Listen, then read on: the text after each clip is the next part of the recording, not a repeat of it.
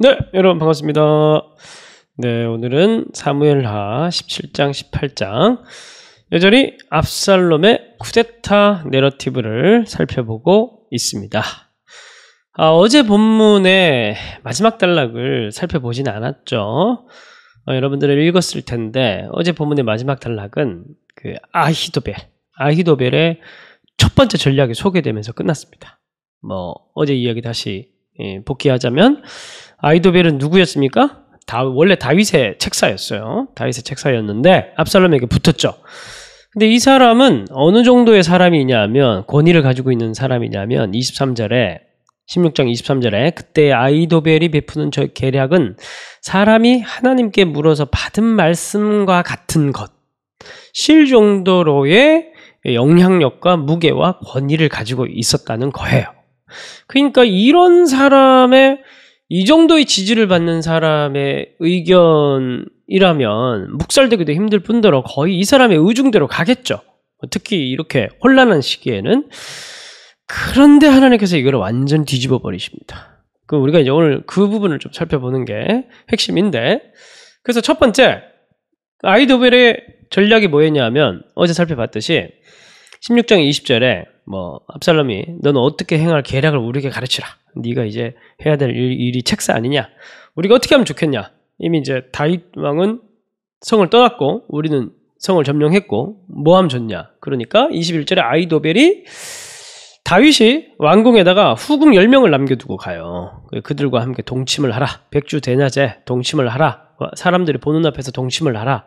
왜 이런 미친 짓을 하냐. 이렇게 생각할 수 있는데, 이거는 그 고대사 당시에 이 전 왕의 후궁들을 동침하는 거는 그 사람의 권위를, 왕적 권위를 내가 차지했다. 무력적으로. 이제 그런 걸 과시하는 이제 그런 역할을 합니다. 그러니까 왕권을 선언하라는 거죠, 첫 번째. 그리고 두 번째로 뭐냐면, 그렇게 함으로써 아버지 다윗과 완전히 정치적일 뿐만 아니라 관계적으로 완전히 결별을 해버리는 거예요. 그런 아주 강인하고 그런 확실한 태도를 백성들 앞에 보여주라는 거예요. 그럼 이게 이제 건너올 수 없는 다리를 불사르고 건너버리는 거죠. 강을 건너버리는 거죠. 사실 이제 아히도벨이 굉장히 날카롭죠. 굉장히 정확한 그런 솔루션을 지금 제공해 주고 있습니다. 그래서 이걸 오케이 받아들여요. 받아들이고 실제 그런 일이 일어납니다. 그리고 이제 오늘 보면 17장 넘으면 아히도벨이 또 압살롬에게 이르되, 두 번째 전략을 이제 아히도벨이 얘기를 하는데, 요게 이제 하나님께서 무력화시킵니다. 두 번째 전략은 뭐냐면, 내가 17장 1절, 사람 12,000명을 택하게 하소서. 오늘 밤에, 지금 당장이죠. 일어나서 다윗의 뒤를 추적하겠습니다. 지금 다윗은 지금 요단강을 안 건넜어요. 요단강을 중심으로 해서 동편, 그 다음에 중부, 남부, 서편 이렇게 있잖아요. 예루살렘은 중부, 남부 쪽, 중부와 남부, 중남부 쪽에 있으니까. 다윗이 이렇게 해서 요단강을 건너서 이제 이렇게 올라가야 돼요.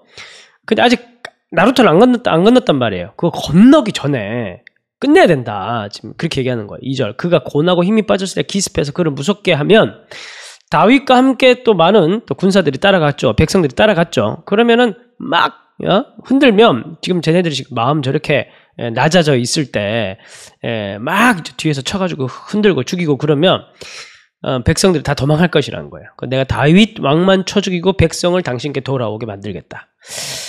그러니까 4절에 보니까 압살롬과 이스라엘 장로들이 다 그 말을 옳게 여기더라. 다 넘어갔죠. 다 끝나버렸죠. 이제 그리고 이 사람 말 틀린 거 하나 없죠. 정말 우리가 앞에 봤듯이 지금 다윗은 이미 마음은 무너졌고, 그래서 다 내 탓이다 이러고 있고 지금 완전히 이미 폐색이 짙은데, 그래 뒤에서 12,000명이나 군사들 끌고 와서 기습해서 쳐버리면 지금 한참 도망가고 있는데 전쟁할 준비도 안 돼 있고, 그러면 진짜 끝나는 거예요. 진짜 이제 아히도벨의 말이 최고의 전략인데, 그리고 이 사람들도 말을 옳게 여겼는데, 근데 여러분 인생이 그렇게 안 됩니다.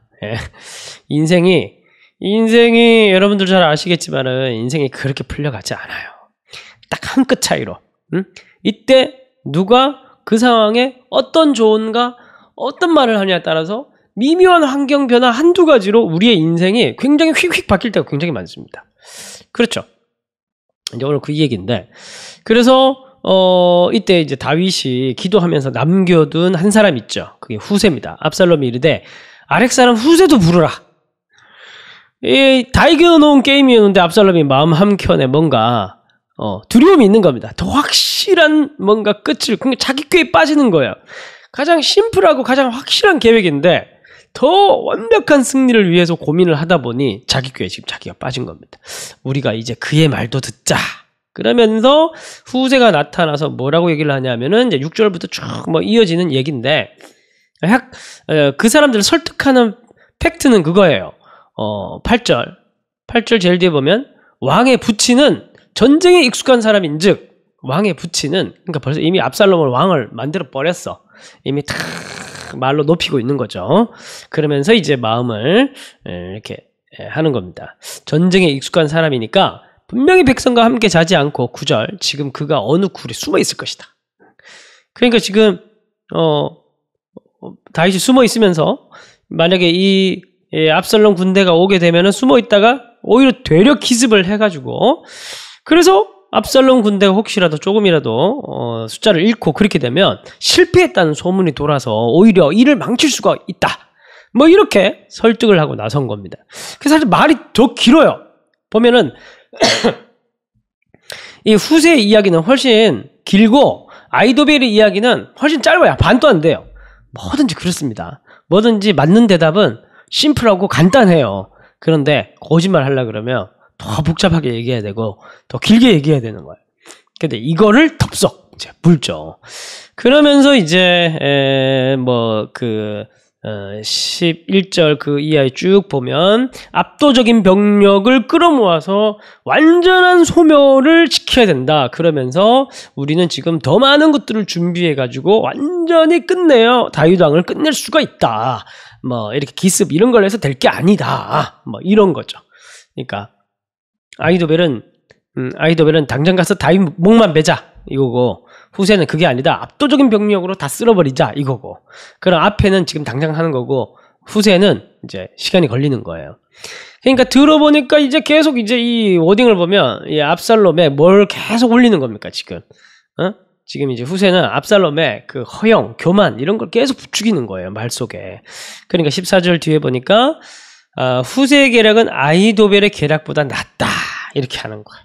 자기 꾀에 자기가 넘어가는 지금 압살롬의 모습을 보여주고 있습니다. 그래서 인생은 한 끗 차이라는 거예요. 인생은 막 굉장히 우리가 뭐 저 같은 경우도 마찬가지죠. 저 같은 경우도 지금 이제 개척이란 걸 지금 교회 설립이란 걸 했는데, 인생이라는 게 사실 이렇게 큰 두 갈래에서 고민을 하잖아요. 뭐 청빙을 할 것인가, 개척을 할 것인가.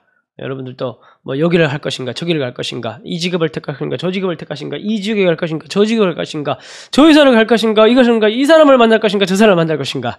돌아보면은 굉장히 어떻게 한두 개의 지혜와 그 한 끗 차이로 인생이 참 크게 변한다는 걸 아마 여러분들이 느낄 수 있을 겁니다. 그래서 참 사람의 계획보다 중요한 게 뭐냐면 하나님의 신실하심에 우리를 맡기는 게 그렇게 중요한 거예요.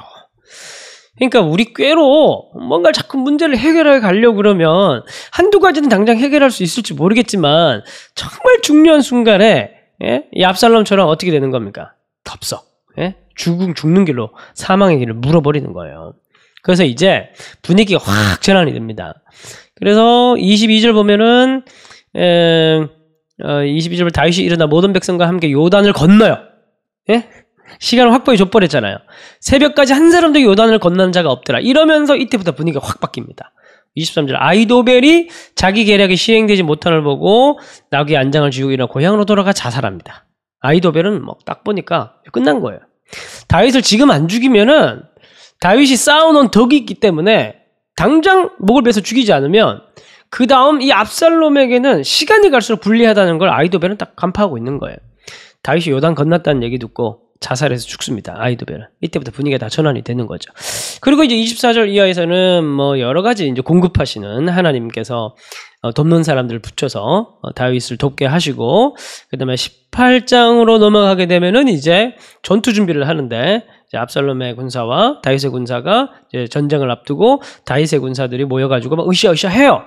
그러면서 이제 18장 2절을 보면은 다윗이 나도 너희와 함께 출전하겠다 이렇게 얘기하니까 백성들이 아유 왕은 우리의 10,000명보다 중요하니까 그냥 성읍에 계시면서 우리를 도와주십시오 이렇게 얘기를 하고 그러니까 이제 백성들이 막 1,000명 100명 줄지어서 딱 출전을 할 때 문 곁에 4절 보니까 문 곁에 왕이 서가지고 백성들을 응원하면서 이미 정신에서 승리했어. 분위기는 끝났어요.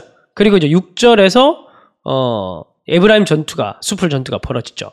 백성이 이스라엘 치러 들러나가서 에브라임 숲을에서 싸우던 이렇게 돼 있는데 이 에브라임 숲을은 어떤 곳이냐면 그 이제 고대 이스라엘 그 지형이 협곡이 되게 많습니다.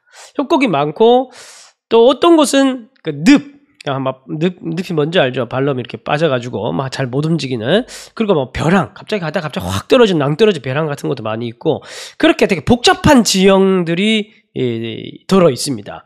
바로 이제 그 지형에서 싸웠던 것 같아요. 그럼 여러분 한번 생각해 보십시오. 다윗과 함께했던 군사들은 이미 백전노장들이 많죠. 숫자는 적지만은 백전노장들이 많아요. 요압을 비롯해서 다윗과 함께 얼마나 많은 전장들을 누리면서 얼마나 많은 지형에서 얼마나 많은 전투 경험들이 있겠습니까? 근데 지금 누구죠? 압살롬과 함께하는 사람 다 젊은 병사들이고 이제 뭐 막 차출해가지고 온 군사들은 많을지 모르겠지만 전쟁 경험이 적단 말이에요. 그러면 이런 에브라임 숲을 싸우면은 어떻게 되겠습니까? 다윗 진영이 훨씬 유리하고 지금 전투 사기까지 올라가 있고 그러면서 이게 싸움이 안 되는 거예요. 그래서 이제 8절 제일 뒤에 보면 그날의 숲풀에서 죽은 자가 칼에 죽은 자보다 많았더라. 지형 때문에 죽는 사람이 더 많았다는 거예요. 그리고 이제 압살롬이 죽죠. 압살롬의 머리가 도망가다가 상수리 나무에 걸립니다. 상수리 나무가 이렇게 뭐 높지 않아요. 이스라엘 가보면은 뭐 이렇게 좀 돼 있습니다. 돼 있으면은 이제 가다가 머리가 딱 걸려서 딱 대롱대롱 달린 겁니다. 근데 여러분 우리 앞에서 봤듯이 그 압살롬이 머리가 굉장히 길고 그래서 그 아름다운 머리 때문에 그의 얼굴이 더 미남으로 보이고 뭐 그래서 사람들이 더 좋아하고 뭐 그런 이제 장면이 있었잖아요. 그죠? 결국 이제 성경에서 계속 지금 뭘 얘기를 하냐면 압살롬의 교만을 얘기하는 겁니다. 젊은 압살롬의 교만. 결국 그 잘난 외모가 백성들의 마음을 훔쳤을지는 모르겠지만 결국 그 잘난 머리가 상수리 나무에 딱 걸려가지고 그 잘난 머리 때문에 잘난 부분 때문에 어떻게 되는 겁니까? 그게 자기의 올무가 된 거예요. 자기 꾀, 자기 머리 믿다가 결국 그것에 당하게 된 겁니다. 이게 또 계속 나와요. 그러니까 요압이 이제 압살롬을 죽입니다. 요압이 다윗을 죽이지 말라고 그랬는데 죽여요. 그리고 18절 이하 보면은 압살롬이 살았을 때 자기를 위하여 한 비석을 마련했다. 자기는 아들이 없다 말했습니다. 그러므로 자기 이름을 기념하여 그러니까 자기가 셀프로 자기를 기념하기 위해서 뭐 비석을 만들어 놨어요. 그러니까 압살롬이 굉장히 이 나르시즘이 되게 강한 거예요, 이 양반이. 근데 그게 지금 뭐냐면 이제 압살롬의 수치스러운 기념비가 된 거죠. 그 얘기를 이제 18절에 그렇게 하고 있습니다. 네, 오늘 결론입니다. 걷는 놈 위에 뛰는 놈이 있고 뛰는 놈 위에 나는 놈이 있고 나는 놈 위에 하나님이 계십니다. 하나님이 최고의 지혜자세요. 그래서 보통 우리가 특히 이제 뭔가 이렇게 전략, 꾀 이런 걸 이제 많이 살아가다 보면은 많이 내잖아요. 근데 그 어떤 꾀와 어떤 지혜도보다도 하나님을 의지하고 하나님께 순종하고 무엇보다 가장 중요한 본질에 충실하는 거 그게 가장 빠른 길이라는 사실을 우리는 절대 잊어서는 안 됩니다. 뭐 저 같은 경우에도 목회를 시작하면서 뭐 얼마 되지는 않았지만 계속 마음속에 앞으로도 계속 이제 다짐을 해야 될 게 뭐냐면 본질에 충실한 거. 막 여러 가지 말이 이렇게 해서 사람 많이 나오면 이렇게 하면 사람 더 나오고 이렇게 하면 되겠지라고 하지만 되지 않아요. 되지 않습니다. 인생 그렇게 안 돼요. 늘 중요한 건 어떤 상황이 오더라도 가장 중요한 것 하나님께 순종하고 하나님께서 우리에게 요구하는 그 말씀에 순종하면서 하나님만 의지하고 본질에 최선을 다하는 것 그게 가장 빠른 길이라는 사실 우리가 잊지 않는 오늘 하루가 되었으면 좋겠습니다. 제가 기도하고 마치도록 하겠습니다. 하나님 오늘은 교만한 자기 꾀에 자기 외모에 그 자기의 허영에 취해 있었던 압살롬이 결국 그것 때문에 안타깝게 목숨을 잃는 그런 최후의 모습을 살펴봤습니다. 우리 속에 그런 허영과 교만이 있지 않은지 돌아보게 하시고 다시 겸손하게 하나님의 말씀 앞에 엎드릴 수 있는 오늘이 될 수 있도록 도와주옵소서. 무엇보다 하나님 말씀에 순종하고 하나님이 최고의 지혜자이심을 고백하며 우리가 늘 말씀 앞에 엎드려서 겸손하게 그렇게 본질에 충실하며 하루하루를 살아갈 수 있도록 주님께서 우리를 낮춰주시고 인도하여 주옵소서. 그렇게 오늘도 우리가 이렇게 하나님 마음을 기쁘시게 해드리는 순종함을 통해서 하나님 마음을 기쁘시게 해드리는 우리가 되기를 간절히 바라오며 살아계신 예수님의 이름으로 기도합니다.